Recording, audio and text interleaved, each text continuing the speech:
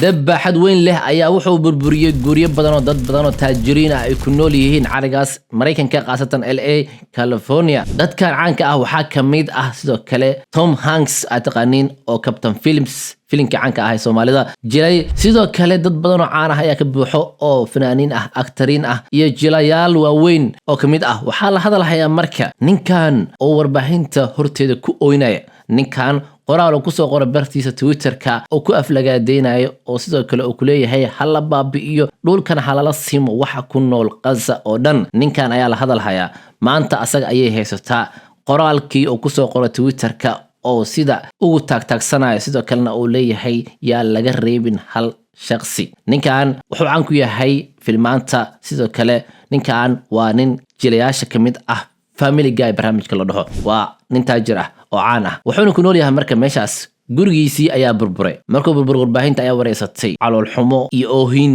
ayaa lagu arkay dadkiina way yaabeen I'm sorry. I'm usually.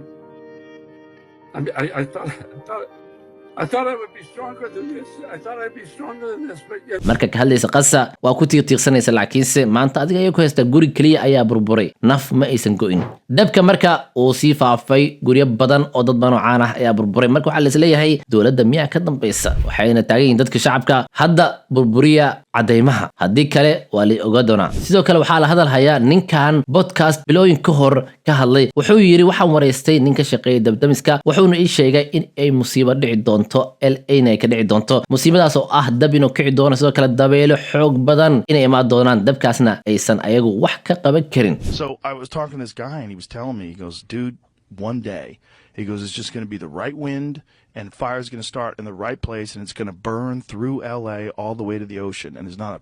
thing we can do about it. sidoo kale barnaamijka Simpson ayaa sida caadada ahayd waxyaabo badan oo saadaaliyay oo dhacay ayaa jiro barnaamijkan marka inaba caadi maaha wuxuu saadaaliyay dabkan